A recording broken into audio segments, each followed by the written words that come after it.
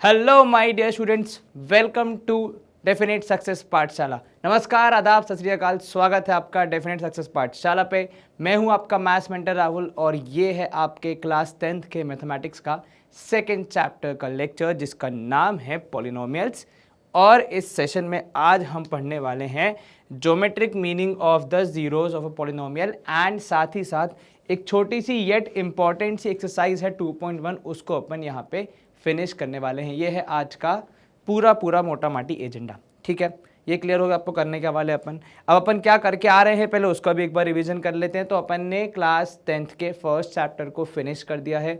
अगर आपने वो चैप्टर ख़त्म नहीं किया है तो केवल 2 ही लेक्चर्स हैं चैप्टर 1 के जो हमने आपको जिसमें पूरा चैप्टर समझाने की कोशिश की है। उसका लिंक आपको डिस्क्रिप्शन बॉक्स में मिल जाएगा, वहाँ से आप इजीली उन लेक्चर्स को एक्सेस कर सकते हैं और फिर उसको ख़त्म करने के बाद अगर चाहें तो ये वाला शुरू कर सकते हैं, वरना आपकी मर्जी भैया, देश स्वतंत्र है, हम कौन होते हैं कुछ बोलने वाले। चलो शुरू करें आज की अपन पढ़ाई, क्योंकि देखो टाइम कम है अपने पास और पढ़ना बहुत ज़्यादा है, तो let's be quick. First thing, पहले अपन ज़रा चैप्टर को समझ लेते हैं। नाम है इसका पॉलिनोमियल्स और अपन ये पहली बार तो नहीं पढ़ रहे हैं। क्लास 9th में अपन एक बार इसको बढ़िया से पढ़ के आ चुके हैं और यहाँ पे देखो लिखा भी है कि इन क्लास 9th, पहली ही लाइन इन्होंने लिख दी है कि क्लास 9th में आप पढ़ के आ चुके हो। तो मतलब कुल मिला के आपसे ये उम्मीद रहेगी इस चैप्टर को जिसने भी बनाया है या जब भी आपको ये पढ़ाया जाएगा कि आपके क्लास 9 के कॉन्सेप्ट्स थोड़े अच्छे से कवर्ड होंगे। इन केस कुछ कॉन्सेप्ट रह गए होंगे या आपको कोई रिविजन की ज़रूरत होगी तो वो अभी अपन यहाँ पे कवर करने की कोशिश पूरी करेंगे। ठीक है, तो आपने पढ़ा है कि जो पॉलिनोमियल्स होते हैं, आपने इनके बारे में पढ़ा है क्लास 9th में। पूरा एक चैप्टर था हमारा जिसमें आपने 1 वेरिएबल की बात की। ठीक है, कि पॉलिनोमियल्स इन 1 वेरिएबल क्या होते हैं, कैसे होते हैं, उनके डिग्री के बारे में आपने वहाँ पे पूरा अच्छे से प्रैक्टिस किया था, समझा था। ठीक है, थोड़ा सा हम यहाँ पे अब आपको रिविजन करवा देते हैं। ठीक है, कि रिकॉल दैट, मतलब यहाँ पे अपन याद करने की कोशिश करेंगे, थोड़ा सा एक फिर से रिकैप करेंगे अपन कि हाईएस्ट पावर ऑफ एक्स, यानी अगर कोई पॉलिनोमियल है p ऑफ x इन एक पॉलिनोमियल है इन x, यानी एक ही वेरिएबल में चल रहा है वो x वेरिएबल में, तो उस केस में जो हाईएस्ट पावर होगी x की, जो हाईएस्ट पावर होगी किसकी, x की, किसमें, उस पॉलिनोमियल में, उसे आप कहते हैं डिग्री ऑफ पॉलिनोमियल। एक बार फिर से, जब भी हम कोई पॉलिनोमियल लिखते हैं तो उसमें आपके पास जो ऑप्शन होते हैं वो ये होता है कि या तो आप उसमें 2-3 वेरिएबल ले आएं या फिर आप उसको किसी एक ही वेरिएबल में एक्सप्रेस करें depending on the situation, right. तो अब जब आपके पास कोई एक ऐसा पॉलिनोमियल है जो कि एक ही वेरिएबल में चल रहा है, तो वो जिस भी वेरिएबल में चल रहा है, से यहाँ पे इन्होंने x का एग्जाम्पल लिया है, तो उस वेरिएबल की जो हाईएस्ट पावर उस पॉलिनोमियल में एग्जिस्ट करती है उसे आप कहते हैं डिग्री ऑफ अ पॉलिनोमियल। क्या कहते हैं भैया, डिग्री ऑफ अ पॉलिनोमियल। ठीक है, यहाँ पे कुछ एग्जाम्पल दिए हैं, जैसे यहाँ पे आप देखोगे 4x + 2, एक ही वेरिएबल है x, उसकी हाईएस्ट पावर अगर मैं ढूंढने की कोशिश करूं तो जब x के ऊपर कोई पावर नहीं होती तो वो पावर 1 के रूप में देखा जाता है, तो इसकी डिग्री हो गई 1। ठीक है, सेकंड एग्जांपल 2y² - 3y + 4। ज़रूरी नहीं है कि हर पॉलिनोमियल x के वेरिएबल के साथ ही चलेगा, उसके अलावा भी वेरिएबल हो सकते हैं। सिर्फ इतनी कंडीशन है फॉर नाउ, जब हम डिग्री पढ़ रहे हैं क्लास 9th-10th में, क्योंकि आपको एक लेवल तक ही सिखाना होता है 10th में, ज़्यादा हाई लेवल तक अपन जाएंगे तो फिर ऑब्वियस ये बात है कन्फ्यूजन बढ़ेगा। तो 2y² - 3y + 4 सिंगल वेरिएबल में चल रहा है, तो इसमें जो आपका वेरिएबल है जो कि यहाँ पे y है, उसकी जो हाईएस्ट पावर है जैसा कि यहाँ पे दिख रही है 2, वो हो जाएगी आपकी डिग्री। तो इस पर्टिकुलर पॉलिनोमियल की डिग्री है 2। उसके बाद अगर आप देखोगे तो यहाँ पे एक x का पॉलिनोमियल है जहाँ पे सारे ही आपके x के वेरिएबल्स हैं। यहाँ पे अगर आप देखोगे तो हाईएस्ट पावर है 3। ठीक है, तो इसकी डिग्री हो जाएगी 3। अच्छा, यहाँ पे हम में से कुछ लोग पता है पहले मन में क्या विचार बना के बैठे होंगे कि सर पॉलिनोमियल में रूट नहीं आता है इसलिए ये तो पॉलिनोमियल है ही नहीं, तो उसकी डिग्री कहाँ से हो गई। तो वहाँ पे आपको जो रिवीजन करने की ज़रूरत है वो ये कि पॉलिनोमियल में जो वेरिएबल है उस पे रूट नहीं हो सकता, मतलब उसकी पावर ऐसी नहीं हो सकती जिसमें रूट हो या नेगेटिव हो, पर जो नंबर्स हैं, जो हमारे कांस्टेंट्स हैं, उनमें चल सकता है, उनमें कोई कंडीशन नहीं लगी हुई है। ठीक है, इस बात का आप ध्यान रखना, कंफ्यूज नहीं होना। देन यहाँ पे देखो 7u² minus 3/2 u to the power 4 plus 4u² plus u minus 8, इस तरीके का कोई खतरनाक पॉलिनोमियल आपको यहाँ पे दिख रहा है। हमारा यहाँ पे सिर्फ इसकी डिग्री समझने का प्रयत्न है। तो भैया u है आपका वेरिएबल, उसकी हाईएस्ट पावर है 6, तो डिग्री हो गई 6। ये क्लियर हो गया, अंडरस्टैंडिंग एक बार हो गई, रिवीजन हो गया एक बार अपना कि डिग्री किसे कहते हैं। और डिग्री का यहाँ पे रिवीजन क्यों हुआ है, क्योंकि किसी भी पॉलिनोमियल की डिग्री का बहुत बड़ा रोल होता है उस पॉलिनोमियल के बारे में हमारी चीज़ें कैसी होंगी ये पता लगाने में, बिना सॉल्व किए। मतलब एक होता है ना कि जब आप फर्स्ट टाइम उसको देख रहे हैं, पहली बार उस पॉलिनोमियल को देख रहे हैं, तो बिना सॉल्व किए भी कैसे उसके बारे में कुछ इन्फॉर्मेशन हम निकाल सकते हैं, उसमें हेल्प करता है हमारा डिग्री। ठीक है, ये क्लियर हो गई बात। चलिए मूविंग अहेड, कुछ एक्सप्रेशन जैसा कि यहाँ पे दिया है 1/x - 1 root of x plus 2, जैसा कि मैं आपसे चर्चा कर रहा था, और x² plus 2x plus 3 are not polynomials, ये पॉलिनोमियल्स नहीं है। तो अगर आपको याद दिलाऊं फिर से, तो एक जो बड़ा परिवार है क्लास 8th में आपने पढ़ा था एल्जेब्रिक एक्सप्रेशंस, ये एक बड़ा परिवार है। इसके अंदर कुछ स्पेशल जो हमारे एल्जेब्रिक एक्सप्रेशंस होते हैं, स्पेशल वाले, उनको आप पॉलिनोमियल्स कहते हैं। उनको आप क्या कहते हैं? उनको आप पॉलिनोमियल्स कहते हैं। Is this clear?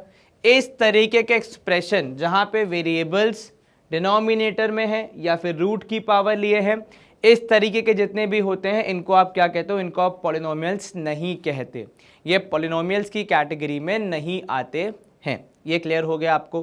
कोई दिक्कत तो नहीं।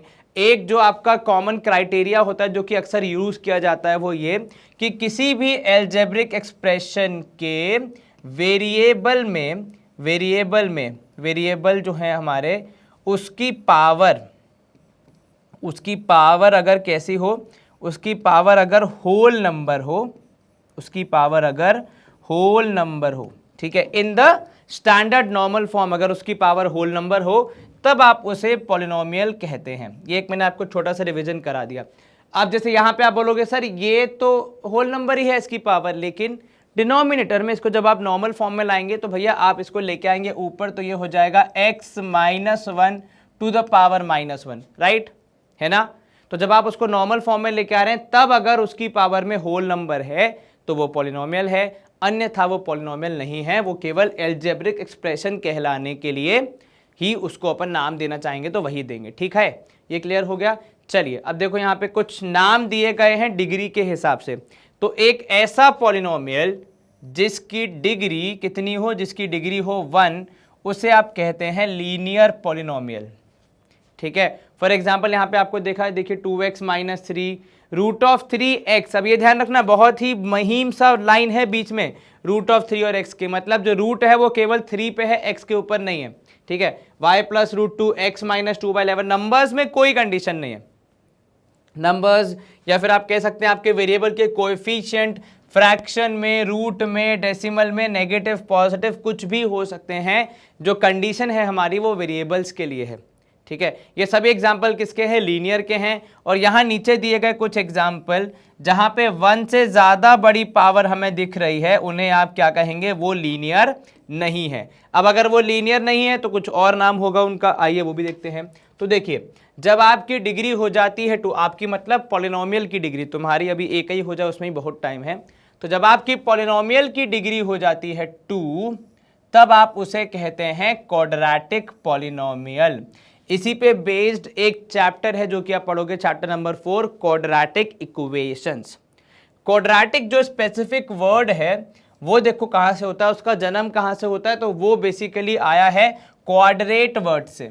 ठीक है, जिसका मीनिंग होता है किसी भाषा में स्क्वायर। अब कौन सी भाषा में यह आप एक्सप्लोर करना, पर वर्ड है क्वाड्रेट, जहाँ जिसका मतलब होता है स्क्वायर। स्क्वायर करना अगर हम मैथमेटिक्स में बोलेंगे कि इसका स्क्वायर कर दो, तो आमतौर पे हम क्या बोलते हैं कि जो भी नंबर है या जो भी एक्सप्रेशन है, जो भी वेरिएबल है, उसकी पावर हो जाएगी 2।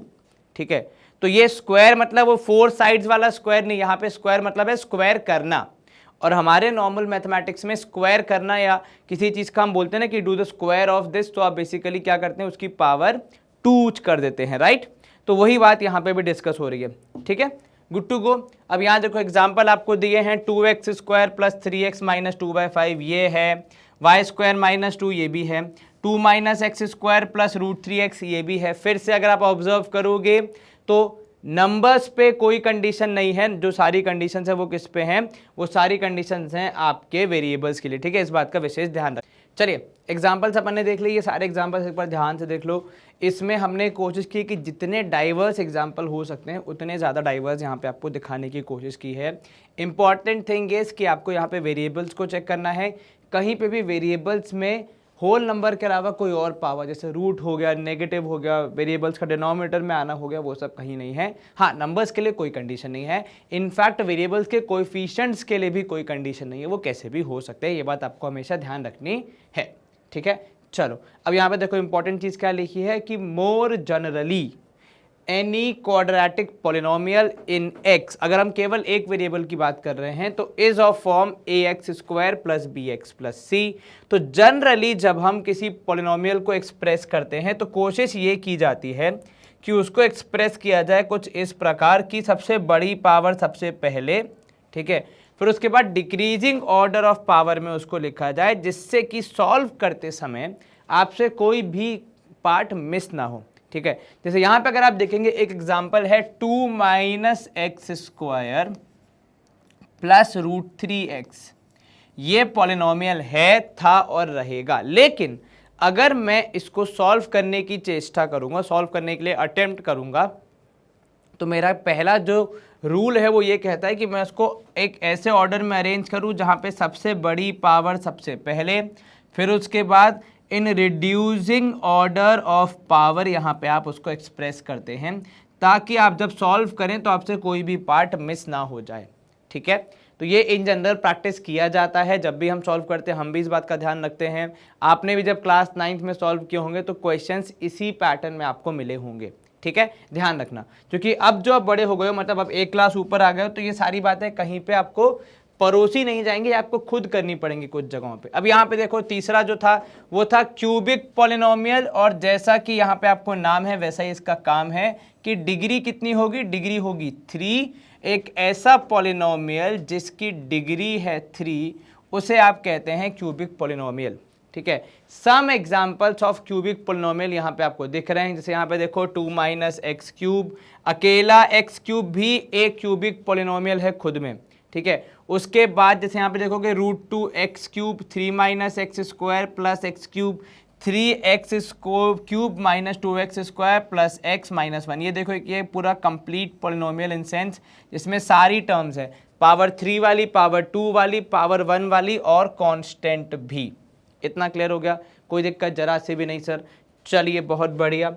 अब इसका जो जनरल फॉर्म है उसको देखो कैसे एक्सप्रेस किया जाता है, तो वही रूल लागू होता है जो क्वाड्रेटिक पे हुआ था कि सबसे बड़ी पावर सबसे पहले, उसके बाद in decreasing order of power, मतलब 3 के बाद 2, 2 के बाद 1, उसके बाद कांस्टेंट, ऐसे आप एक्सप्रेस करते हैं सॉल्व करते समय, ताकि गलती से भी गलत ना हो जाए, ठीक है। ये बात क्लियर हो गई। तो हमने यहाँ पे अब तक क्या देखा, डिग्री देख ली क्या होती है पॉलिनोमियल की, थोड़ा सा पॉलिनोमियल्स को इन एज अ कॉन्सेप्ट रिवाइज कर लिया, और यहाँ पे हमने किस डिग्री वाले पॉलिनोमियल को क्या नाम दिया जाता है वो भी आपको यहाँ पे बता दिया। अब इंपॉर्टेंट चीज जो यहाँ पे शुरू हो रही है कि कंसिडर, जरा ध्यान देना, यहाँ पे एक पॉलिनोमियल आपको दिया गया है p of x x² minus 3x plus 4, एक ही वेरिएबल में एग्जिस्ट कर रहा है ये पॉलिनोमियल। इसको जरा आप ध्यान से देखो।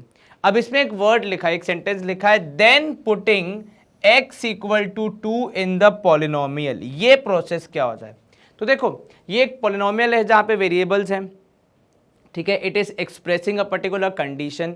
अब यहाँ पे आपका कार्य एज ए मैथमेटिक्स का लर्नर क्या हो जाता है, आप यहाँ पे x की अलग अलग वैल्यूज को पुट करते हैं, x की अलग अलग वैल्यूज को पुट करते हैं और देखते हैं कि पॉलिनोमियल कैसे बिहेव कर रहा है। इन सेंस जैसे ही आपने x की वैल्यू रखी तो वो क्या आंसर दे रहा है, ये आप यहाँ पे सॉल्व करके बताते हैं, राइट। जैसे यहाँ पे आपने देखा, जैसे आपने रखा x की value 2, when you put x equal to 2, आपका पॉलिनोमियल क्या आंसर देता है, -6। अब देखो आगे क्या लिखा है कि the value -6 obtained by replacing x by 2 in x square minus 3x minus 4 is the value of polynomial, is the value। तो वर्ड कौन सा यूज हुआ यहाँ पे, अंग्रेजी का वैल्यू वर्ड यूज हुआ है, यानी इस पॉलिनोमियल का वो वैल्यू है। कब? जब x इक्वल टू 2 लिखा है यहाँ पे देखो, at x equal to 2। So when I have to say this entire condition in one sentence में क्या बोलूंगा, मैं ये बोलूंगा कि भैया the value of the polynomial x square minus 3x minus 4 at x equal to 2 is 6 is minus 6, sorry my bad. ठीक है, ये क्लियर हो गया कि हमारे गिवन पॉलिनोमियल की वैल्यू जब मैंने x को रखा 2 के बराबर तो मुझे मिली माइनस 6। क्लियर है? अब यहां पे देखो, सिमिलरली जब आप p ऑफ 0 निकालोगे, अर्थात इसी पॉलिनोमियल में x की जगह 0 रखोगे, तो देखो गणित में क्या होता है, गणित में आलस को यानी हमारी चीज़ों को आराम से करने के पूरे प्रोसेस को बहुत वो दिया जाता है, क्या कहता है उसको, वैल्यू दी जाती है, फिर से मतलब सम्मान दिया जाता है। तो अब कौन लिखे कि एट x इक्वल टू 0 या polynomial p of x at x equal to 0, इतना कौन लिखेगा? उसकी जगह हम नॉर्मल भाषा में कैसे लिख देते हैं मैथमेटिक्स की, कि आप यहाँ पे लिख दो भैया कि p ऑफ 0, ये वही मीनिंग कैरी कर रहा है जो नीचे वाला सेंटेंस मैंने लिखा वो कर रहा है, कि value of polynomial x at x equal to 0। इतना पूरा लिखने की जगह हमने यहाँ पे स्मार्ट वर्क क्या किया, हमने यहाँ पे लिख दिया p ऑफ 0, जिसमें जो भी व्यक्ति जिसको थोड़ी बहुत भी गणित आती है वो देख के क्या समझ जाता है कि मुझे गिवन पॉलिनोमियल में x की जगह पे क्या रख देना है, x की जगह पे रख देना है 0। ये क्लियर हुआ? ठीक है, तो उन्होंने देखो यहाँ पे बताया भी है कि जब आपने p ऑफ x पे x इक्वल टू 0 रखा तो आपकी वैल्यू आई -4। ठीक है, आप एक बार खुद भी रख के देख लो, बिल्कुल 0 रखने पे यहाँ पे वैल्यू आ रही है -4। तो this is another way of saying the same thing. पहले हमने पूरा डिटेल में समझा, शॉर्ट में यहाँ पे उन्होंने एक ही लाइन में बता दिया। तो ऊपर जो बात 3 सेंटेंस में कही गई थी, वहां एक्चुअली हम गणित में उसको कैसे कहते हैं, सिर्फ इस एक सेंटेंस से, कि p ऑफ x रखने पे हमारी वैल्यू कितनी आ रही है, -4। सेम ही मीनिंग कैरी कर रहा है, बस लिखने की तरह तरीका अलग है, और वही वहां पे स्मार्ट वर्क कहलाता है कि आप कम शब्दों में लिख के सही बात कन्वे कर दो। अब यहाँ पे देखो और अपन थोड़ा इसको एक्सप्लोर करते हैं। p of x is a polynomial in x, एक ही वेरिएबल x, ठीक है, एंड इस k is any real number. कोई कंडीशन दे रहे हैं हमें यहाँ पे कि k कोई रियल नंबर है, तो value obtained by replacing x by k, मतलब वही जैसे यहाँ पे हमने पिछले वाले केस में किया था, एक बार 2 रखा, एक बार वहां पे रखा 0, तो वो जो 2 और 0 है वो क्या है, वो इन्होंने यहाँ पे इन जनरल k का नाम दे दिया। ठीक है, 0 रख दिया आपने, 2 रख दिया, -4 रख दिया, कोई भी number in the real number family आप यहाँ पे रख सकते हैं। तो आपको जो आंसर मिलेगा that is your value of the polynomial. ठीक है, तो जो भी आंसर आपको मिलेगा वेरिएबल को रिप्लेस करने पे, वेरिएबल को सब्स्टिट्यूट करने पे, किससे, किसी नंबर से जो कि आप वहां पे रखना चाह रहे हैं, उसको आप कहते हैं value of polynomial. Is this clear?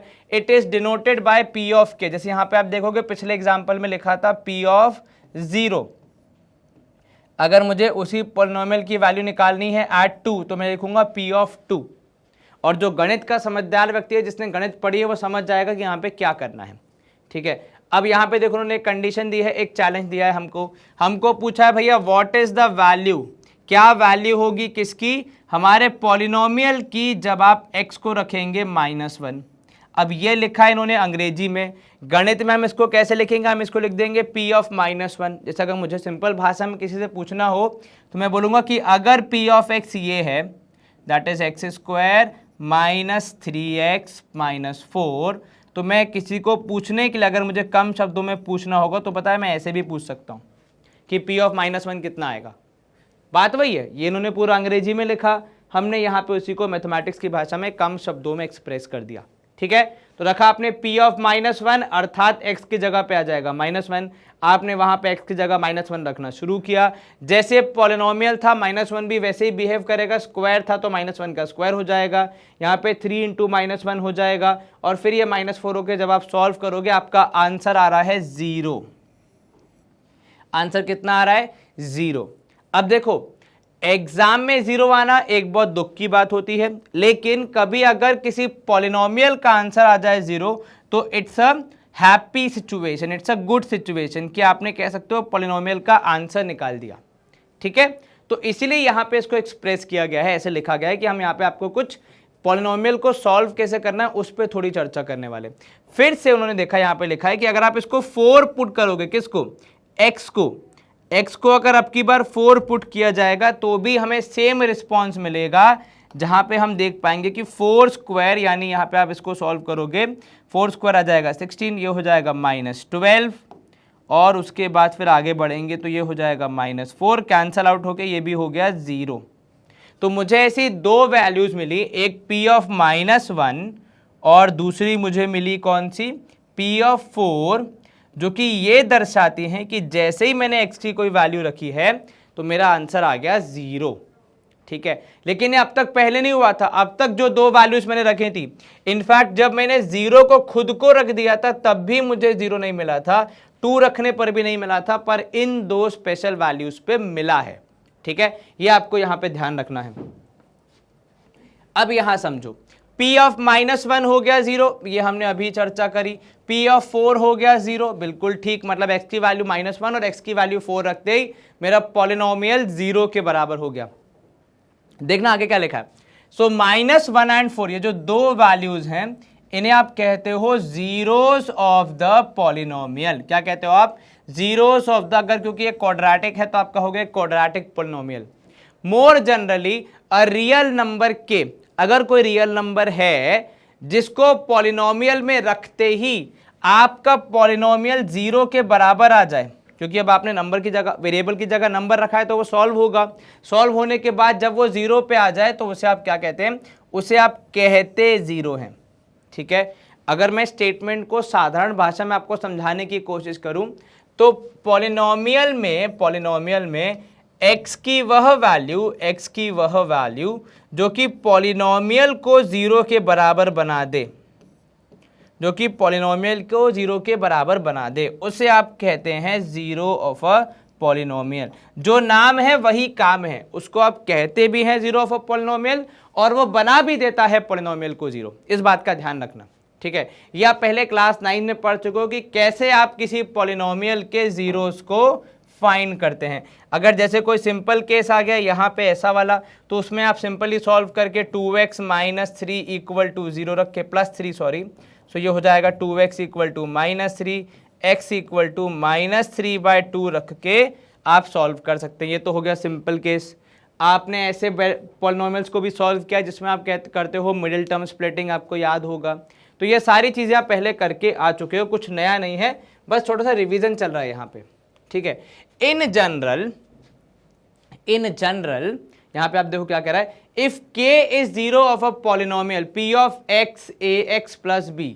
कैसा पॉलिनोमियल है ये, तो सर ये भाई साहब जो है वो दिख रहे हैं एज अ लीनियर पॉलिनोमियल। तो यहाँ पे लीनियर पॉलिनोमियल पे थोड़ी चर्चा हो रही है कि अगर आपके पास कोई लीनियर पॉलिनोमियल है और फिर उसमें आपको उसका 0 पता लगाना, यानी x की वह वैल्यू पता लगानी है जिसपे पॉलिनोमियल हो गया है 0, तो आपको क्या करना है, आपको सिंपल सा अप्रोच रखना है उस वैल्यू को निकालने के लिए कि constant term with a minus sign divide by coefficient of x। जैसा कि हमने पिछले वाले में देखा था, क्या था वहां पे सर, वहां पे था 2x + 3 = 0। तो इनके हिसाब से जो x की वैल्यू होगी वो कितनी हो जाएगी, वो हो जाएगी -3/2। ये भाई साहब पॉजिटिव थे, पर फॉर्मूला में खुद में एक माइनस साइन लगा हुआ है तो वो माइनस लगेगा, होल डिवाइड बाय 2। ये क्लियर हुआ। एक बार फिर से ध्यान रखना, क्या बात करी हमने यहाँ पे कि अगर मुझे किसी लीनियर पॉलिनोमियल का 0 निकालना है तो मुझे ज़्यादा मेहनत करने की ज़रूरत नहीं है।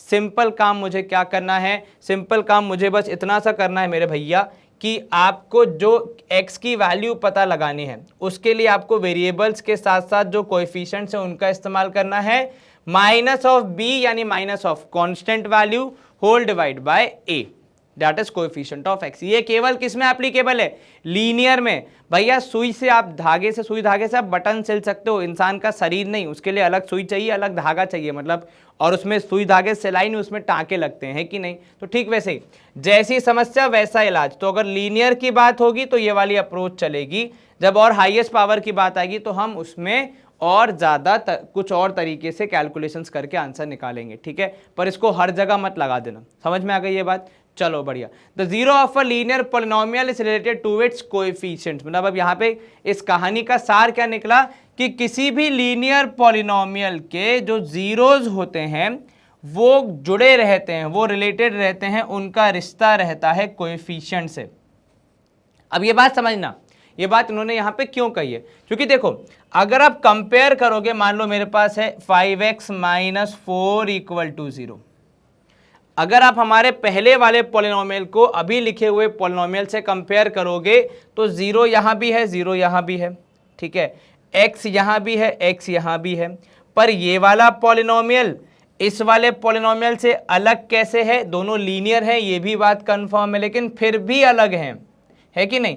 दोनों का आंसर अलग अलग आएगा, कहो हाँ कि ना? बिल्कुल आएगा सर। डिफरेंस क्या है? डिफरेंस है यहाँ पे कोएफिशिएंट्स का, जहां पे 5 है यहाँ पे 2 है, यहाँ पे 3 है तो यहाँ पे 4 है, ठीक है। चलो अगर मैं दोनों में से एक को हिलाने से मना भी कर दूं, मैं कह रहा हूं कि नहीं आप तो 2x ही रखिए x के साथ, अगर मैं इसमें +3 की जगह +4 भी कर दूंगा तब भी मेरी x की वैल्यू अलग आएगी, है ना? तब हो जाएगी -4/2 that is equal to -2।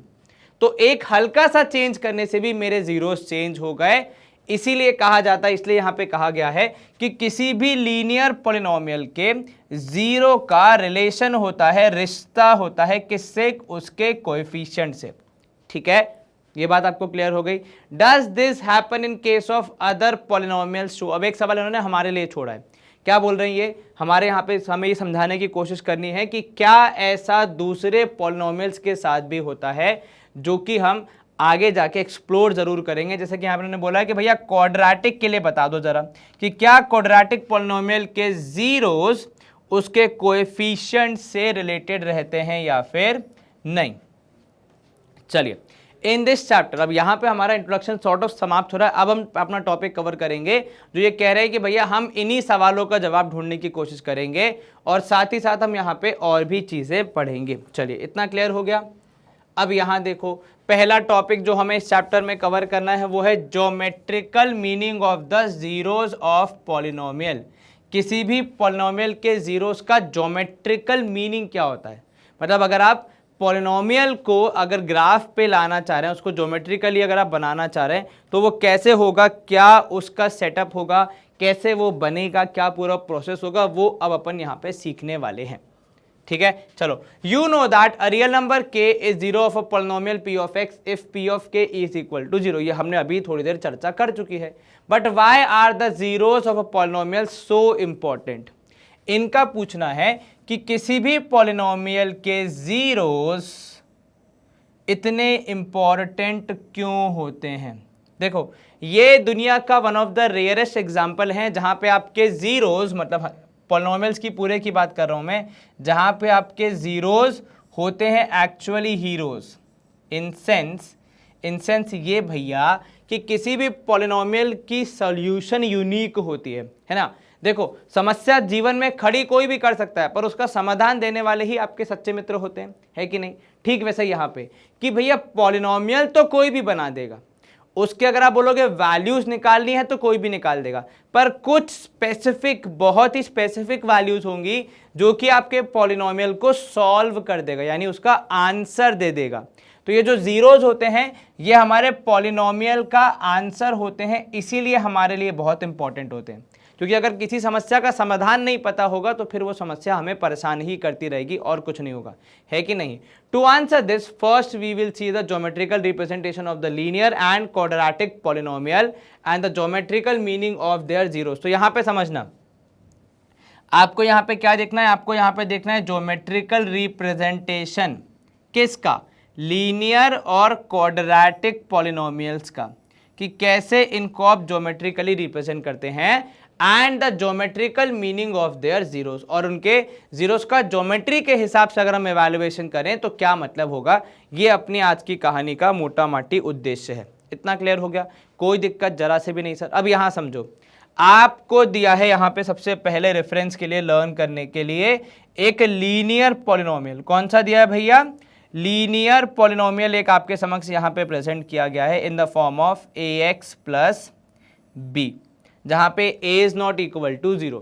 You have studied in class 9th that graph of y equals to ax plus b is a straight line. अब ये सीधे बहुत दूर की बात पे आ गए।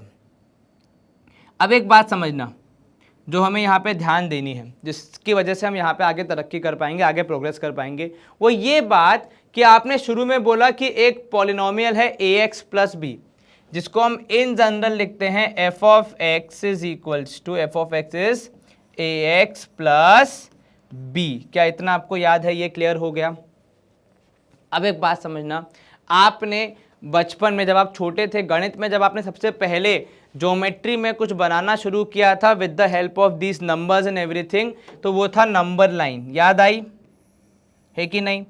छोटी क्लास में अपन ने जब अपन निक्कर पहन के खेलते थे, तब में अपन ने नंबर लाइन बना के उस पे चीज़ों को ड्रॉ करने की कोशिश की थी।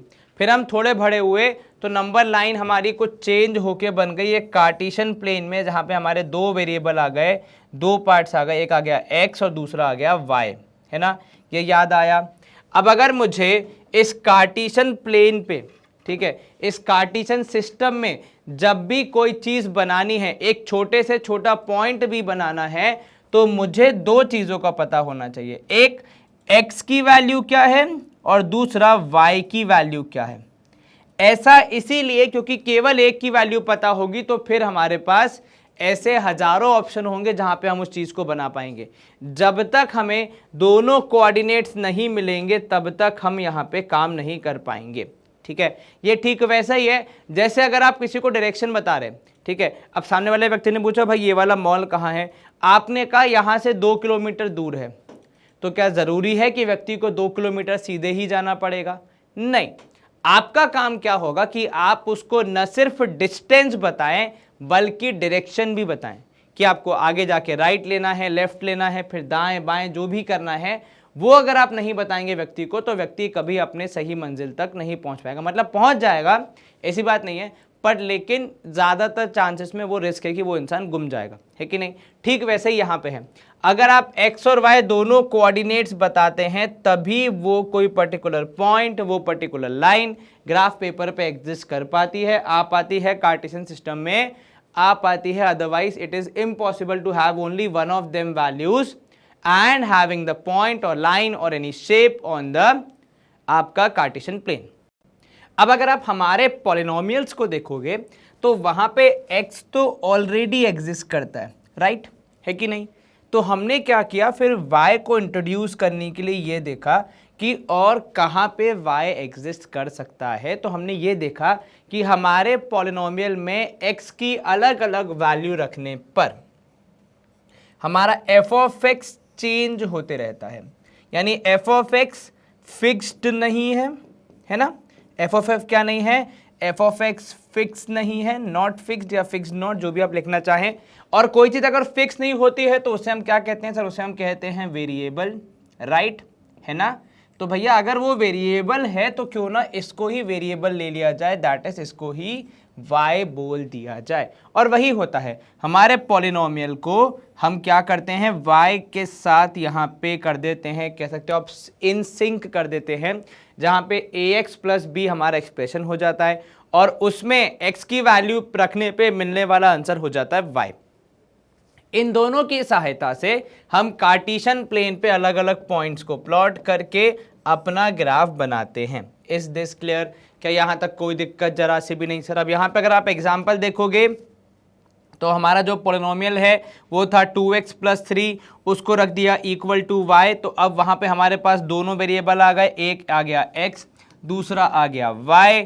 आपने x की अलग अलग वैल्यू रखनी है जिससे आपको y की अलग अलग वैल्यू मिलेगी। एग्जाम्पल देखो, नीचे जो टेबल बना हुआ है वो इसी बात पे कॉन्सेंट्रेट कर रहा है। x की वैल्यू रखी -2, जहां जहां पे x था वहां पे -2 आ गया इस पर्टिकुलर एक्सप्रेशन में, इस पर्टिकुलर पॉलिनोमियल में, और फिर आपने सॉल्व किया तो जवाब मिला आपको -1 which is the value of y। Similarly x को रखा आपने 2, वो भी गया वहां पे पॉलिनोमियल के अंदर x की जगह पे 2 × 2 is 4, 4 + 3 7, तो हमें मिल गई एक y की वैल्यू। इस तरीके से x की अलग अलग वैल्यू रखने पे हमें y की अलग अलग वैल्यूज मिलेंगी जिनकी सहायता से हम अपना ग्राफ बनाएंगे, ठीक है। अब ये देखो, ये जो आपको यहाँ पे ग्राफ दिख रहा है ये कैसे बना है? ये ऐसे ही बना है जहाँ पे x की अलग अलग वैल्यू रख के आपने पता लगाया कुछ पॉइंट्स जिनके थ्रू ये ग्राफ पास हो रहा है और फिर आपने उनको कनेक्ट करते हुए बना दी एक straight line which is representing your equation y equals to 2x plus 3। ये क्लियर हुआ? हमने सिर्फ पॉइंट्स को जोड़ने की चेष्टा करी, वो स्ट्रेट लाइन बन गई। ये क्लियर हो गया आपको? यहां पे आप देख सकते हो कि भैया you can see that graph of y equals to 2x plus 3 क्या कर रहा है? इंटरसेक्ट कर रहा है किसको? x एक्सिस को। कहां पे? मिडवे, बीच में। किसके? x equal to -1 and x equals to -2, that is at point -3/2, 0। Special emphasis यहां पे जो दिया गया है वो दिया गया है इस पॉइंट पे जहां पे आपका ग्राफ एक्स एक्सिस को टच कर रहा है।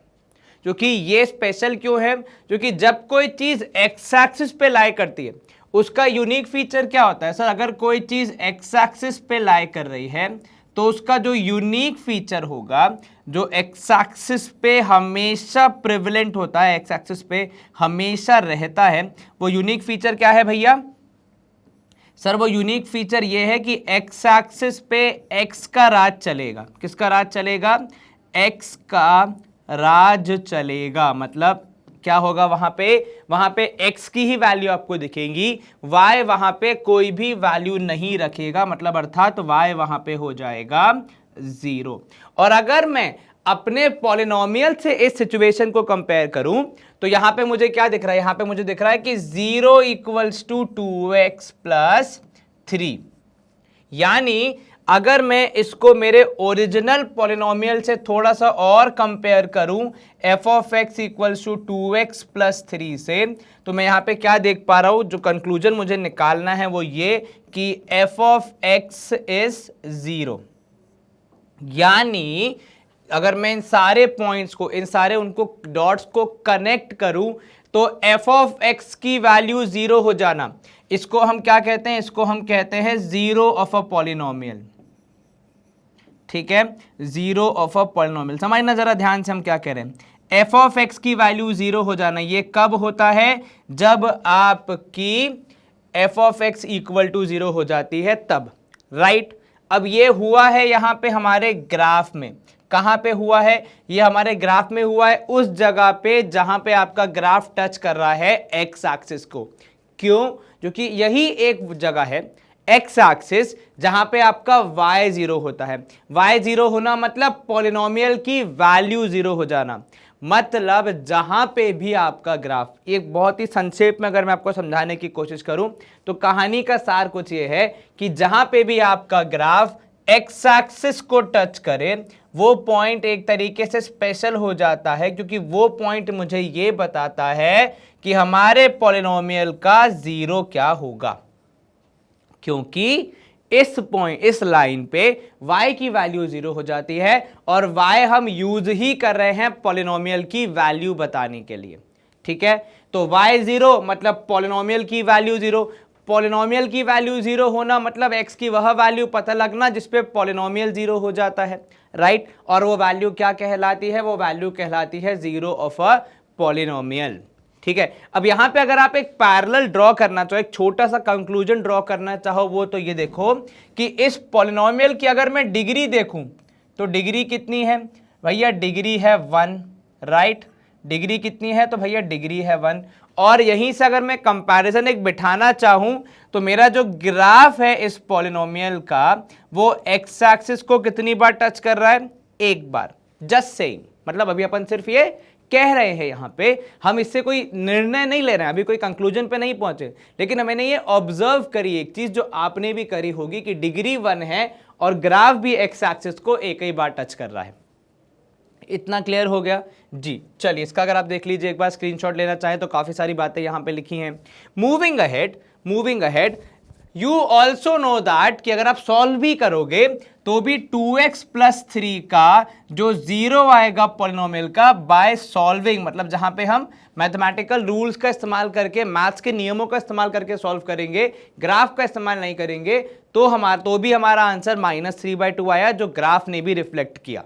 ठीक है, तो 0 of a polynomial 2x plus 3 is the coordinate of the point where the graph y equals to 2x plus 3 intersects x axis. जो चर्चा अब तक हम कर रहे थे वो यहां पे लिखित में आ गई है भैया, कि जो आपका 0 होता है किसका?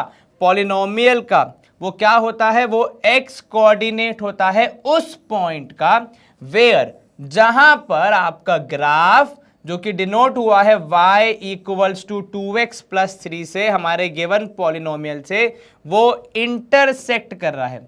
वो क्या कर रहा है, वो कर रहा है इंटरसेक्ट किसको भैया, x एक्सिस को। ये क्लियर हो गया, आपने सारे डॉट्स को कनेक्ट कर लिया, बिल्कुल ठीक सर। इन जनरल अगर सामान्यतः यदि हम बात करें, इसको अगर हम एक नॉर्मल लैंग्वेज में लिखें तो a linear polynomial ax plus b where a is not equal to 0, the graph of y equals to ax plus b. इसको क्योंकि हमें ग्राफ बनाना था इसलिए हम y और x दोनों को लेके आए, ठीक है, इज अ स्ट्रेट लाइन। तो किसी भी लीनियर पॉलिनोमियल का ग्राफ कैसा होगा, स्ट्रेट लाइन होगा, विच इंटरसेक्ट, जो इंटरसेक्ट कर रही है किसको भैया, एक्स एक्सिस को। कहां पे, एग्जैक्टली एक पॉइंट पे, जो कि नेमली होगा, मतलब आम तौर पे होगा minus of b upon a comma 0।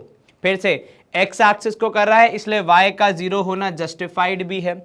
ये क्लियर हो गया, यहां तक कोई दिक्कत। एक और चीज जो यहां पे आपको ध्यान देनी है, बहुत बार लोग अपने दिमाग में क्या चित्र बना लेते हैं कि स्ट्रेट लाइन मतलब ये होती है ना, आपको ये ध्यान रखना है कि स्ट्रेट लाइन आड़ी तिरछी मतलब ऐसी भी हो सकती है। There is no rule that straight line should always be this vertical या हॉरिजॉन्टल, ठीक है, उसका एंगल कुछ भी हो सकता है। ओनली कंडीशन इज कि उसमें कहीं भी कोई टर्न नहीं आना चाहिए, तो आप इसको स्ट्रेट लाइन नहीं बोलोगे, ठीक है, ये बात आपको ध्यान रखनी है, कंफ्यूज नहीं होना। बहुत बार लोग क्या बोलते हैं, सर स्ट्रेट लाइन तो मतलब ये हुई ना, ऐसा कोई रूल नहीं है। स्ट्रेट लाइन मतलब इसका कोई भी एंगल हो सकता है, बस ये कहीं पे भी कर्व नहीं लेगी, टर्न नहीं लेगी, मुड़ेगी नहीं। और टर्न का मतलब ये नहीं कि जब तक पूरा यू टर्न ना हो तब तक हम मानेंगे ही नहीं। टर्न का मतलब ये भी है कि अगर हल्का सा भी बेंड आ जाता है तो भी आप उसको कंसिडर नहीं करेंगे, ठीक है, ध्यान रखना। चलिए ये लाइनों को हम हटा देते हैं और अपने मेन कंटेंट पे आप कॉन्सेंट्रेट करें। अब देखिएगा यहाँ पे the linear polynomial ax plus b has exactly 1 0, जो हमने यहाँ पे बता दिया। अब हम आगे बात किसकी कर रहे हैं, थोड़ा सा एक स्टेप और आगे चलते हैं। अब हम बात करेंगे किसकी, अब हम बात करेंगे यहाँ पे अगर आप देखोगे लिखा है कि ज्योमेट्रिकल मीनिंग किसका, of zero of quadratic polynomial. तो अब बात आ गई है एक स्टेप ऊपर पे, अब अपन आ गए हैं क्वाड्रेटिक पॉलिनोमियल पे, ठीक है। जो प्रोसेस पिछली बार किया था लीनियर के लिए लगभग वही करना है, बस थोड़ी सी मेहनत और है, क्योंकि भैया इसकी डिग्री है 2 तो ये मेहनत भी उसी हिसाब से करवाएगा ना। तो एग्जाम्पल में हमने लिया है x square minus 3x minus 4, ठीक है। अब बात समझना, सबसे पहले क्या करेंगे हम, सबसे पहले हम हमारे polynomial x square minus 3x minus 4 को y के बराबर रखेंगे। क्यों, क्योंकि भैया सर रूल बहुत सिंपल है, जब भी किसी चीज को ग्राफ पेपर पे आना होता है x और y दोनों की आवश्यकता पड़ती है, अकेले एक के बस की बात नहीं है। x हमारे पास पॉलिनोमियल में है और उसकी वैल्यू जो f ऑफ x आती है, क्योंकि वो भी वैल्यू वेरिएबल होती है, अलग अलग होती है डिपेंडिंग ऑन x की वैल्यू, तो उसको हमने एक वेरिएबल दे दिया y, ठीक है। Let us list a few values of y equals to x square minus 3x minus 4 corresponding to few values of और x। अब आपने क्या किया, बेसिकली जो आप कहते हो इक्वेशन को या आपके पॉलिनोमियल की वैल्यू पता लगाई, तो आपने x की अलग अलग वैल्यू रखी, ठीक है, जिससे पॉलिनोमियल में क्या हुआ, x की जगह पे कुछ नंबर्स आए, इन नंबर्स को आपने क्या किया, इन नंबर्स को आपने यहाँ पे रखा, सॉल्व किया, और फिर सारे मैथमेटिकल ऑपरेशंस को करने के बाद आपने निकाली y की अलग अलग वैल्यूज, राइट, जिसको हम सामान्य भाषा में अगर हम करते तो पहले हम कहते f ऑफ x, पर यहां पे अब उसका नाम है क्या, y। ये क्लियर हुआ, ठीक है। तो आपको ये जो अलग अलग वैल्यूज मिली हैं इनको हम क्या करेंगे, इनको हम यहाँ पे देखेंगे। थोड़ा सा अगर आप वैल्यूज को ऑब्जर्व करोगे, जो मैं आपका ध्यान यहाँ पे केंद्रित करवाना चाह रहा हूं वो जरा इन वैल्यूज पे ध्यान देना। मैंने x रखा 1, तब मेरे y की वैल्यू आई -6। मैंने x रखा 2, तब भी वैल्यू आई -6। कुछ दिख रहा है यहाँ पे पैटर्न, मैंने x रखा 0, तब भी मेरे y की वैल्यू आई -4, तो मतलब इन दोनों में कनेक्शन है। यहाँ पे मैंने x रखा 4, तब भी मेरा y, यहाँ पे रखा मैंने कितना, x रखा 3, तब भी आया -4, तो कनेक्शन एक यहाँ पे भी दिखा मुझे। कि भले ही x की वैल्यू अलग अलग हो रही थी लेकिन y की वैल्यू रिपीट हो रही है। आपने रखा x की वैल्यू -1, तो यहां पे x की वैल्यू थी 4, लेकिन दोनों ही केसेस में आपके पॉलिनोमियल ने y की जो वैल्यू दी है वो सेम दी है, that is 0। Last but not the least आपने रखा -2 या फिर रखा आपने +5, दो अलग अलग x की वैल्यूज, लेकिन पॉलिनोमियल ने जो आंसर दिया वो तो सेम ही दिया, दैट इज 6। तो कुछ पैटर्न समझ में आ रहा है? पैटर्न क्या बन रहा है यहां पे कि हम भले ही x की दो वैल्यू रख रहे हैं पर आंसर कितना आ रहा है? आंसर 1 आ रहा है, मतलब आंसर 1 नहीं आ रहा है, आंसर सेम आ रहा है दो अलग अलग वैल्यूज के लिए भी। ये लीनियर में नहीं हो रहा था। लीनियर में क्या हो रहा था? लीनियर में आप एक वैल्यू रख रहे हो तो एक ही आ रहा है, दूसरी वैल्यू रखोगे तो दूसरा आएगा, तीसरी रखोगे तीसरा आएगा, पर यहां पे आप देखोगे तो रिपीटेशन हो रहा है आपके y की वैल्यूज का। इसीलिए इसका जब आप ग्राफ भी देखते हैं ना तो थोड़ा सा इसका अलग ग्राफ बनता है as compared to previous case. अब यहां पे हमारा नॉर्मल बिहेवियर क्या कहता है? आप ग्राफ पेपर पे क्या करेंगे? आप ग्राफ पेपर पे इन सारे पॉइंट्स को लोकेट करेंगे और फिर कोशिश करेंगे उसका ग्राफ बनाने की, है ना।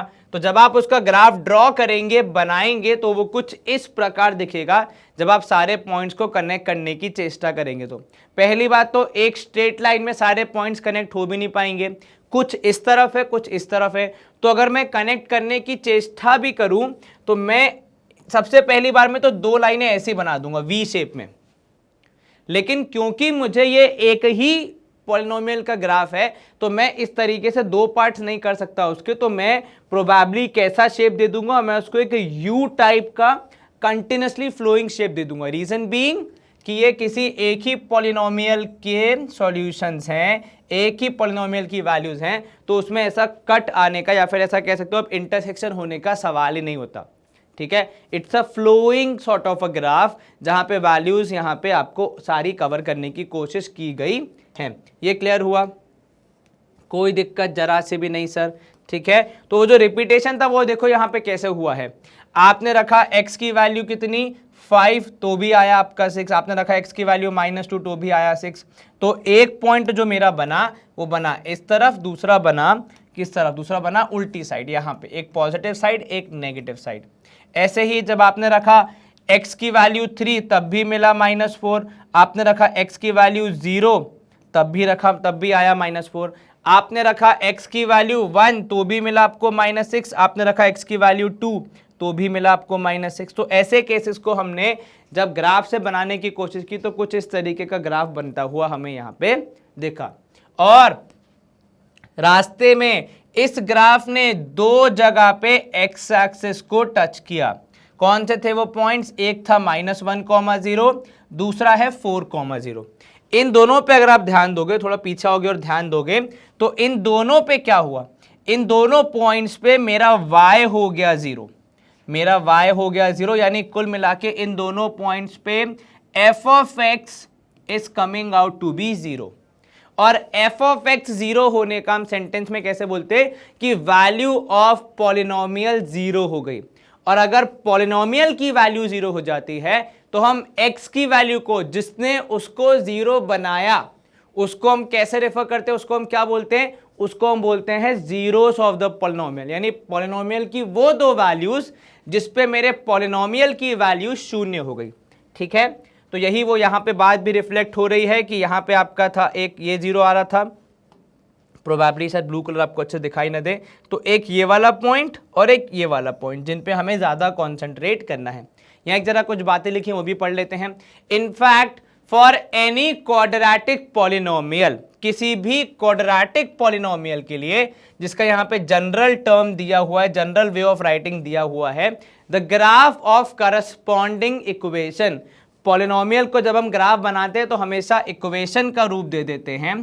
ठीक है, इसका शेप कैसा रहेगा? इसका शेप रहेगा या तो ये ऊपर जाता हुआ u या फिर नीचे की तरफ देखता हुआ u। तो या तो अपवर्ड्स वाला रहेगा या डाउनवर्ड्स वाला रहेगा।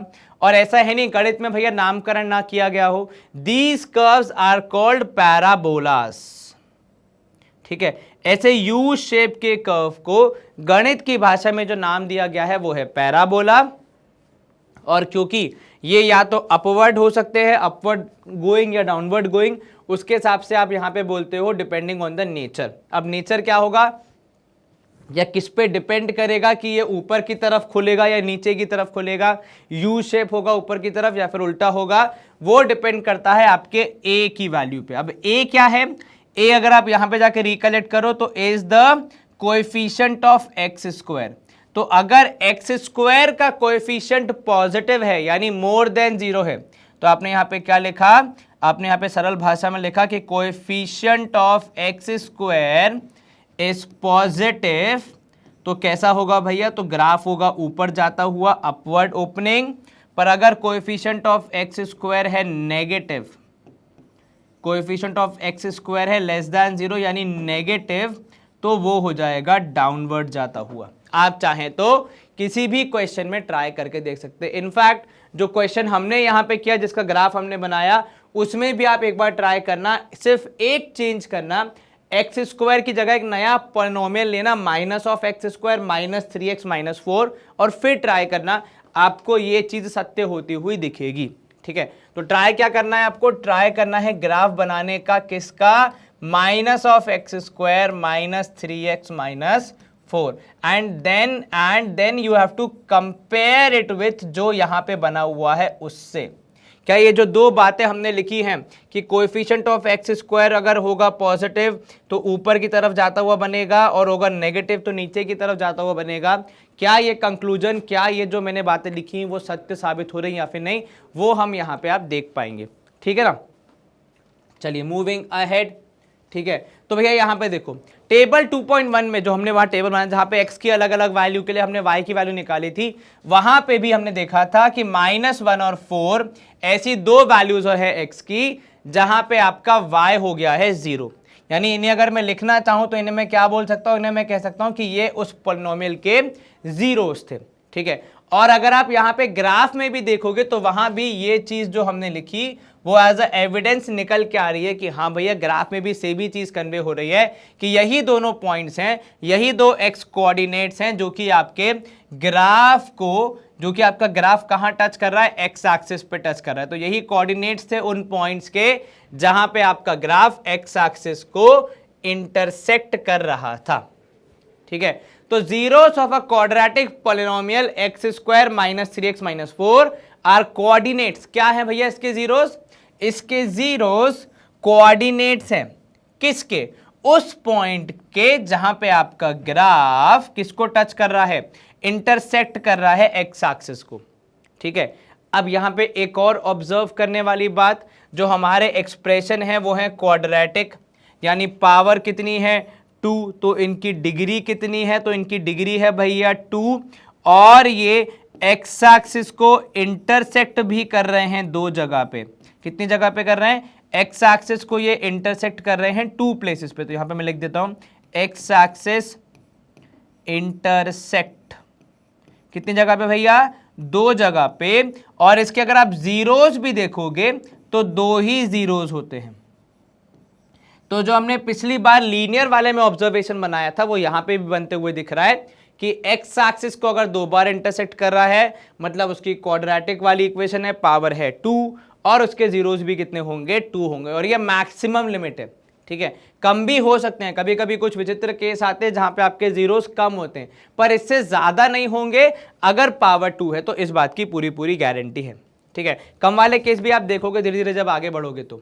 ठीक है, this fact is true for any quadratic polynomial, ये किसी भी क्वाड्रेटिक पॉलिनोमियल के लिए क्या है, सत्य है।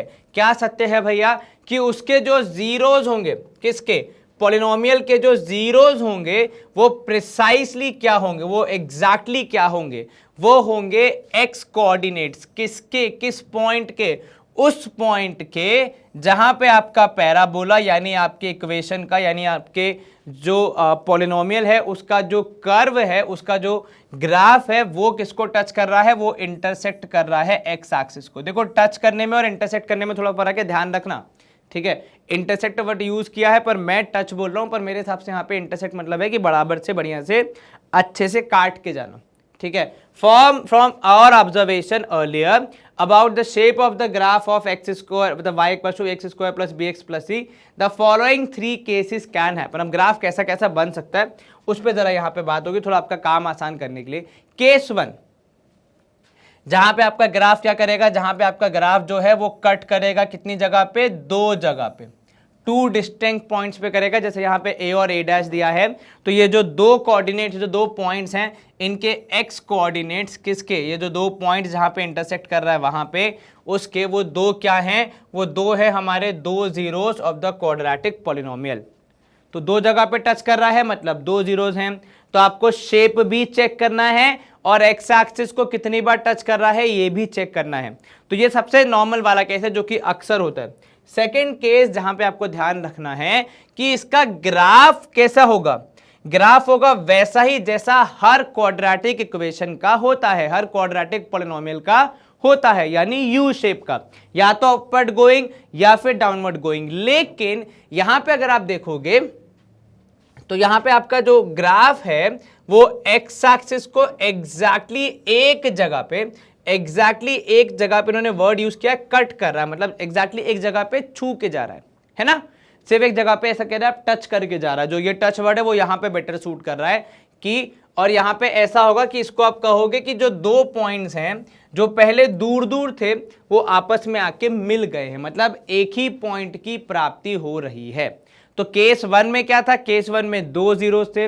यहां पे जो क्योंकि एक्स कोऑर्डिनेट जो है आपका उस एक ही पॉइंट का आपको मिल पाएगा जहां पे ग्राफ एक बार टच कर रहा है, तो इसका आपको मिलेगा ओनली 1 जीरो है। सर आपने लेकिन कहा था कि ऑब्जर्वेशन में कि पावर 2 है, डिग्री 2 है, ग्राफ को भी 2 जगह पे कट कर रहा है तो 2 ही जीरोस होंगे। यहां पे 1 जीरो क्या हो रहा था, आपको फिर से मैं रिमाइंड दे दूं, मैंने एक वर्ड यूज किया था मैक्सिमम, माने उससे कम का भी मामला हो सकता है। ये कुछ स्पेशल केसेस होते हैं क्वाड्रेटिक पॉलिनोमियल के जहां पे डिग्री 2 होती है लेकिन वो जो है उसके जीरोस वो एक ही होते हैं। इसके एग्जांपल अगर मैं आपको दूं, बहुत कॉमन से एग्जांपल हैं जहां पे आप जैसे यूज करते हो, मान लो x-2 का होल स्क्वायर, ऐसा कोई अगर क्वाड्रेटिक पॉलिनोमियल है तो उसके जो जीरोस होंगे वो एक ही होगा, ठीक है। तो ऐसे बहुत सारे यूनिक केस आपको मिल जाते हैं यहां पे जहां पे ग्राफ एक ही जगह पे टच कर रहा है। तो इसका भी अगर आप ग्राफ बनाने की कोशिश करोगे तो कुछ ऐसा ही शेप का बनेगा। अब यहां पे देखो तीसरा केस जहां पे हवा में उड़ने लगता है आपका ग्राफ, ठीक है। तो graph is either completely above the x axis और completely below the x axis. इसमें ग्राफ क्या है, इसमें ग्राफ एक्स एक्सिस के आसपास भटकने की चेष्टा भी नहीं कर रहा है, ठीक है। तो यहां पे वो एक्स एक्सिस को कट ही नहीं कर रहा है। अब अगर एक्स एक्सिस को कट नहीं करेगा, does not cut the x axis, तो मतलब भाई आपके जीरोस वहां पे नहीं बनेंगे। तो ये एक अलग ही विचित्र केस हो जाता है जहां पे आपके क्वाड्रेटिक पॉलिनोमियल के जीरोस एग्जिस्ट नहीं करते, ठीक है। ये क्लियर हो गया। इस पे आप और चर्चा पता है कब करोगे, कक्षा 10वीं में ही, जब आप पढ़ोगे क्वाड्रेटिक इक्वेशंस, जहां पे कुछ इक्वेशन ऐसी होती है जिनके आपके जो जीरोस हैं वो एग्जिस्ट ही नहीं करते, रियल नंबर्स में तो नहीं करते, इमेजिनरी में करते हो तो बात अलग है, पर रियल नंबर में तो नहीं करते। तो ये उन केसेस के लिए ग्राफ बनता है क्योंकि जब आपके एग्जिस्ट नहीं करते जीरोस तो फिर एक्स एक्सिस पे आने का सवाल ही नहीं होता, ठीक है। तो यहां पे देखो क्या लिखा है इन्होंने, नो जीरोस। इस टाइप की इक्वेशन के, इस टाइप के केसेस में आप क्या कहते हो कि इसके कोई भी जीरोस नहीं होंगे। So you can geometrically see that a quadratic polynomial can have either 2 distinct zeros। तो क्वाड्रेटिक में उन्होंने सारे केस एक ही जगह पे समराइज कर दिया कि अगर हम ज्योमेट्रिकली देखें, मतलब ग्राफ की सहायता से अगर एक्सप्लोर करने की कोशिश करें तो हमें ये रिजल्ट्स मिलेंगे कि या तो 2 जीरोज हैं वो भी डिस्टिंक्ट मतलब अलग अलग, या फिर 2 तो हैं लेकिन है एक ही जीरो पर लेकिन वही 2 बार गिना गया है। ये क्या हो गया, ये क्यों, क्योंकि अब मुझे से कोई सनकी बोलेगा भैया आपने तो 2 जीरोस का वादा किया था, तो यहाँ तो 2 जीरोस है ही नहीं। तो हम क्या बोलते हैं इसको कवर अप करने के लिए कि वो 2 ही हैं लेकिन हूबहू एक जैसे हैं, मतलब उसका पहला जीरो भी -2 है, दूसरा जीरो भी -2 है, उसमें हमारी गलती थोड़ी है भैया। तो वैसे ही कुछ केस यहाँ पे बन रहा है कि होता एक ही है पर क्योंकि 2 जीरोस का वादा किया गया था, क्वाड्रेटिक है, पावर 2 है, तो आप कहते हो कि हाँ 2 हैं लेकिन इक्वल है, ठीक है। और तीसरा केस जहां पे 0 है ये ही नहीं, सबसे विचित्र weird case, this also means that a polynomial of degree 2 has at most, वही जो मैंने बोला मैक्सिमम, यहां कितने होंगे एटमोस्ट, बात बराबर ही है, हद से हद एटमोस्ट, मैक्सिमम ज्यादा से ज्यादा कितने जीरोस 2 जीरोस, उससे कम भी हो सकते हैं पर ज्यादा कभी नहीं हो सकते। इतनी बात क्लियर हो गई। अब अपन अपने नेक्स्ट टॉपिक पे मूव करेंगे। चलिए समस्या को एक लेवल और ऊपर लेके जाते हैं और यहाँ पे अब डिस्कस होगा एक क्यूबिक पॉलिनोमियल। उसके केस में क्या होता है जरा उसको भी अपन कवर कर लेते हैं, तो एक बार में अपने जो सारे कॉन्सेप्ट्स हैं वो हो जाएंगे कवर। अब यहाँ ध्यान देना कि अब यहाँ पे हमसे पूछा जा रहा है कि भैया अगर कोई क्यूबिक पॉलिनोमियल है तो उसका ज्योमेट्रिकल मीनिंग क्या होगा, ठीक है। तो यहाँ पे जो ग्राफ बनाया गया है जिस पॉलिनोमियल का वो है x cube minus 4x, simple सा छोटा सा लिया है। y अपन का यहाँ पे वेरिएबल कंपोनेंट था जो एफ ऑफ एक्स की जगह पे लिया गया है, और अगर आप यहाँ पे देखोगे x की अलग अलग वैल्यूज रखने पे y की अलग अलग वैल्यूज मिल रही हैं, पर क्या जेन्युइनली मिल रही है, मतलब अगर आप देखोगे तो x की 3 वैल्यूज हैं, एक -2, एक 0 और एक 2। इन तीनों पर ही हमारा जो y है वो आ रहा है 0, 0 एंड 0, मतलब x की 3 अलग अलग वैल्यूज पे y आ गया 0। पर क्या ऐसा बहुत बार होता है? नहीं, it is not happening a lot of times, ठीक है। यहाँ पे बस आपको एक चीज जो यहाँ पे दिख रही होगी वो ये, जो इंपॉर्टेंट है यहाँ पे समझना वो ये कि क्योंकि पावर 3 है तो जो हमने पिछले 2 ऑब्जर्वेशन किए थे जहां पे पावर के हिसाब से ही हमने लगभग हमारे जीरोस डिसाइड किए थे, मतलब कितने होंगे ये डिसाइड किए थे। जीरोस कौन से होंगे ये नहीं, उनकी संख्या, संख्या अर्थात उनकी क्वांटिटी डिसाइड की थी अपन ने, है ना, यानी हमने क्वांटिटी डिसाइड की थी जीरोस की, कितनी क्वांटिटी होगी, राइट। यही कर रहे थे हम कब से, यही मैं ऑब्जर्वेशन बोल बोल के कर रहा था, just saying, not having any conclusion. But then वो अगर फिनोमेना है तो वो शायद यहाँ पे भी होता हुआ दिख रहा है कि पावर 3 थी, मतलब x की 3 वैल्यू आई जहां पे हमारा y 0 हुआ। अब अगर इसका ग्राफ बनाने की हम चेष्टा करेंगे, हम एक प्रयास करेंगे, तो कुछ इस प्रकार का इसका ग्राफ बनेगा, जिसमें कि अगर आप ध्यान से देखोगे तो ग्राफ ऐसे ऊपर जा रहा है, फिर एक टर्न ले रहा है, फिर वापस एक टर्न लेके वापस ऊपर जा रहा है। अब देखो समझने वाली बात जो थी वो यहाँ पे ये भी है कहीं ना कहीं कि भैया लीनियर वाले में सीधी लकीर थी, लीनियर वाले में कैसा था, स्ट्रेट लाइन।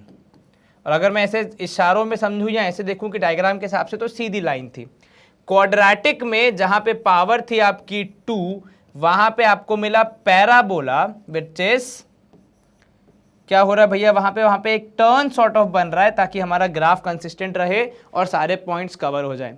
यहां पे अगर आप देखोगे क्यूबिक में आपका शेप कैसा हो रहा है, क्यूबिक में आपका शेप हो रहा है S sort of a structure बन रहा है, आप कह सकते हो, जिसका कोई नाम ऐसा से अपन देते नहीं है, पर आपका जो शेप है वो ऐसा हो रहा है कि भैया 2 बार टर्न हो जा रहा है ग्राफ आपका, है ना। जो पहले एक सीधी लकीर था वो एक बार मुड़ा, अब क्यूबिक में पावर 3 है तो देखो 2 बार मुड़ रहा है, ताकि वो 3 पॉइंट्स जहां पे उसको एक्स एक्सिस को टच करना है वो तीनों कवर कर सके। बट फिर से ये एटमोस्ट वाली सिचुएशन है, इससे कम में भी बात बन सकती है डिपेंडिंग ऑन द आपका पॉलिनोमियल। इंपॉर्टेंट बात क्या है यहाँ पे कि वहां पे जहां पे आपका क्वाड्रेटिक में 2 बार हो रहा था वो फिनोमेना, मतलब 2 बार टच हो रहा था एक्स एक्सिस को, क्यूबिक में 3 बार टच हो रहा है। ये क्लियर हुआ जी, चलिए गुड। अगर क्लियर हो गया तो we see from the table above that -2, 0 and 2 इन तीनों ही वैल्यूज पे हमारा पॉलिनोमियल हो गया 0, तो इन्हें हम zeros of the cubic polynomial बोलेंगे। और अगर आप ग्राफ में भी देखोगे तो यही 3 पॉइंट्स हैं जहां पे आपका ग्राफ टच कर रहा है आपकी एक्स एक्सिस को, राइट। तो यही वो उन 3 पॉइंट के कोऑर्डिनेट्स भी हैं, एक्स कोऑर्डिनेट्स भी हैं, जहां पे आपका ग्राफ एक्स एक्सिस को टच कर रहा है। क्या कर रहा है? टच, यानी यहां पे मैं कहना चाह रहा हूं इंटरसेक्ट कर रहा है बेसिकली, ठीक है। Since the curve meets the x axis in only 3 points, there x coordinate are the only zeros of the polynomial. 3 बार टच कर रहा है तो वो है जीरोस, 2 बार कर रहा था तो 2 जीरोस थे, 1 बार किया था तो 1 जीरो था। तो जैसा आपका ग्राफ होगा उस हिसाब से आप डिसाइड करेंगे, ठीक है। Let us take a few more examples, कुछ विचित्र एग्जांपल्स जहां पे आप देख सकते हो। एक जैसे उन्होंने लिया है y equal to x cube. अब ये विचित्र क्यों है? क्योंकि इसमें एक ही वैल्यू है, that is x equal to 0, जहां पे आपका ग्राफ टच कर रहा है किसको? आपकी x एक्सिस को। लेकिन अगर आप यहां पे शेप को ऑब्जर्व करोगे तो shape is not a straight line. तो यहां पे थोड़ा सा क्या कहता है, कॉन्ट्राडिक्टरी सिचुएशन बन जाती है। काहे भैया? इसीलिए कि हमारे हिसाब से अगर पावर 3 है तो 3 जीरो होने चाहिए, मतलब ग्राफ को एक्स एक्सिस को 3 जगह पे टच करना चाहिए, मगर इस पर्टिकुलर केस में वो एक ही जगह पे टच कर रहा है, लेकिन जो शेप है उसको कहीं ना कहीं मेंटेन करते हुए चल रहा है, मतलब स्ट्रेट लाइन के फॉर्म में तो नहीं आ रहा। तो ये एक विचित्र केस बन जाता है जहां पे एक ही जीरो है, परंतु किंतु क्या हो रहा है? परंतु वो है एक क्यूबिक पॉलिनोमियल का, तो मतलब वो एक ही जीरो है जो 3 बार रिपीट होगा, ठीक है। अब क्योंकि कहना है तो है ही आपको भैया कि आपने बोला था 3 जीरोज आएंगे, तो उन्होंने क्या बोल दिया कि हाँ एक ही जीरो है, लेकिन वो तीनों क्या है? वो कहते हैं हिंदी में तिड़वा, इंग्लिश में तो ट्रिपलेट, जुड़वा से एक ज्यादा मतलब, तो ट्रिपलेट वाली सिचुएशन यहाँ पे बन रही है, ठीक है। यहाँ पे देखो दूसरा है y equal to x cube minus x square. इसका अगर आप ग्राफ ऑब्जर्व करोगे कुछ ऐसा बनेगा जो कि 2 ही जगह पे टच करता है, ठीक है। तो it is not only the shape of the graph but also the structure and how many times it is cutting the x axis. Hindi में कि भैया ना केवल ये नहीं है कि जैसा शेप होगा उसी के हिसाब से डिसाइड हो जाएगा कितने जीरोस हैं, शेप का भी ध्यान रखना है और साथ ही साथ एक्स एक्सिस को कितनी बार टच कर रहा है इसका भी ध्यान रखना है। इन दोनों बातों के ज्ञान को आप जब मिला के आंसर देंगे तो आप सही आंसर दे पाएंगे। शेप के हिसाब से आप बता पाएंगे कि कितने जीरोस हो सकते हैं एट मैक्स, और एक्स एक्सिस को कितनी बार टच कर रहा है इस पे आप बता सकते हैं कि एक्चुअली कितने जीरोस हैं। यहां पे अगर आप देखोगे तो शेप के हिसाब से इनके 3 जीरोस होने चाहिए, ठीक है। लेकिन अगर आप ग्राफ को ध्यान से ऑब्जर्व करोगे तो वो एक्स एक्सिस को एक ही जगह पे टच कर रहा है, तो मतलब एक ही जीरो है। तो मैं अगर इन दोनों बातों को मर्ज करूंगा तो मैं क्या बोलूंगा कि ये एक ऐसा क्यूबिक पॉलिनोमियल है जिसका एक ही जीरो है। यूनिक केस हो सकता है, क्योंकि नियम जो हमने पढ़ा है वो ये है कि भैया पावर 3 है, क्यूबिक है, मतलब मैक्सिमम एट मैक्स 3 जीरोस हो सकते हैं, उससे कम होंगे ये भी पॉसिबल है, ठीक है। चलो यहां पे और कुछ बातें लिखी एक बार देख लो कि that zero is the only zero. तो जो वैल्यू है x equal to 0 it is the only zero of the polynomial जिसका ग्राफ बना हुआ था, ठीक है। देन आप यहां पे देखोगे भैया x कोऑर्डिनेट है, उस जो ओनली पॉइंट है उसका x कोऑर्डिनेट क्या है? 0 है। सिमिलरली जो ये वाला केस था x cube minus x square वाले का, इस केस में क्या हुआ भैया? तो x cube minus x square वाले केस में अगर आप सॉल्व करने की भी चेष्टा करोगे तो सॉल्व कुछ इस पैटर्न में होगा, और सॉल्व होने के बाद आपको जो आंसर मिलेगा वहां पे भी आप यही बात कहोगे कि भैया 2 ही जीरो हैं, एक है 0 और दूसरा है 1, ठीक है। ये आपके 2 जीरोज हैं, कितने? 2, हालांकि है कितनी? पावर 3 है। तो यहां पे मैं जब चर्चा करूंगा, मैं जब किसी से बात करूंगा तो मैं क्या बोलूंगा कि भैया है तो ये क्यूबिक पॉलिनोमियल ही, इसमें तो कोई डाउट नहीं है, लेकिन इसका जो जीरोस की संख्या है वो 2 है। तो मेरा देखो कंप्लीट नॉलेज आप किसे कहते हैं? जहां पे आप सारी बातें बता सके। तो आप शेप देख के ये बता सकते हैं कि पावर कितनी होगी, और एक्स एक्सिस को कितनी बार टच कर रहा है ये बता के आप ये बता पाएंगे कि एक्चुअली कितने जीरोस होंगे, ठीक है ना। तो आप जानकारी ऐसे नहीं सिर्फ अंधेरे में तीर चला दिया कि भैया थोड़ा एस जैसा शेप बन रहा है तो पक्का ये क्यूबिक है, इसके 3 जीरो होंगे ना, क्यूबिक है इस बात की श्योरिटी है। जीरोस कितने होंगे ये आप एक्स एक्सिस को कितनी बार टच कर रहा है इसके हिसाब से बताओगे, तो that is called a complete answer. इतना क्लियर हो गया? चलिए बहुत बढ़िया। अब यहां देखो रिमार्क जो दिया हुआ है वो भी इंपॉर्टेंट है समझना कि इन जनरल गिवन, जो अपन यहां पे बात कर रहे थे वही यहां पे उन्होंने देखो लिख के दिया है कि given a polynomial p of x of degree n, किसी पॉलिनोमियल जिसकी डिग्री है n उसका जो ग्राफ होगा वो इंटरसेक्ट करेगा एक्स एक्सिस को एटमोस्ट। एटमोस्ट अंग्रेजी का सुंदर वर्ड है, हम सामान्य भाषा में कहते हैं मैक्सिमम n टाइम्स। कितनी टाइम्स भैया? n टाइम्स, कि एटमैक्स n पॉइंट्स पे टच करेगा, मैक्सिमम n पॉइंट्स पे टच करेगा, तो उसके जो जीरोज हैं वो भी कितने होंगे? n जीरोज हो सकते हैं। अगेन एक वर्ड मेंशन्ड उस n के आगे, एटमोस्ट, यानी हद से हद। भाई मैं एक बार में 6 रोटी खा सकता हूं, एटमैक्स है ये। जरूरी नहीं है कि हर बार ही 6 रोटी खाऊंगा, हो सकता है किसी दिन अगर मैंने शाम को नाश्ता किया हो तो रात को मैं 1 ही रोटी खाऊं, या फिर किसी दिन अगर मैंने हल्का नाश्ता किया है सुबह तो मैं लंच में 3 रोटी खा लूं। सो डिपेंडिंग ऑन सिचुएशन, पर हाँ 6 से ज़्यादा नहीं खाएंगे अपन, इस बात की पूरी पूरी गारंटी है। वही बात यहाँ पे एटमोस्ट वर्ड का इस्तेमाल करके ये आपने श्योर कर दिया है कि n जीरोज हो सकते हैं मैक्सिमम, उसके पार मामला नहीं जाएगा। आपको कहते हैं ना कि वर्स्ट केस सिनेरियो तो पता होना चाहिए, मतलब इतने तक तो पहुंच जाना चाहिए, तो वो वर्स्ट केस है कि भैया n जीरोज होंगे, उससे ज़्यादा नहीं हो सकते, उसकी तैयारी कर लो। क्लियर हो गई ये बात? चलिए बहुत बढ़िया। अब यहाँ पर देखो कुछ एग्जाम्पल दिए हैं, इन्हें हम डिस्कस करेंगे कि भैया आपको इन ग्राफ को देख के बताना है किसके कितने जीरोज होंगे। देखो यही पूछा है ना, for each of the graph find the number of zeros of P of x. अब अगर आप पहला वाला देखोगे तो शेप के हिसाब से ये क्या है सर? अगर हम इसके शेप को कंसिडर करें तो it would be a cubic polynomial, right? Graph किसका है? क्यूबिक पॉलिनोमियल का है। पर मुझसे सवाल ये नहीं पूछा है कि भैया किसका ग्राफ है, मुझसे ये पूछा है नंबर ऑफ जीरोस कितने होंगे। तो वो मैं कैसे बताऊंगा? वो मैं बताऊंगा एक्स एक्सिस को कितनी बार टच कर रहा है उसके हिसाब से। तो नाम अगर मुझे देना हो तो क्यूबिक हो सकता है, बिल्कुल ठीक है, लेकिन नंबर ऑफ जीरोस अगर मुझे बताने होंगे तो मेरा जवाब क्या होना चाहिए? 1। ठीक है ना? चलिए वेरी गुड। अब यहां पे देखो इसका जो शेप है वो दिख रहा है कैसा सर? वो है पैराबोला। ठीक है, हम शेप भी यहां लिख रहे हैं ताकि एक डिस्कशन हमारा करेक्ट तरीके से हो सके। ठीक है, तो इसका क्यूबिक है, मतलब एटमैक्स हो सकते थे 3, पर ग्राफ में सिचुएशन देख के लग रहा है कि एक ही है।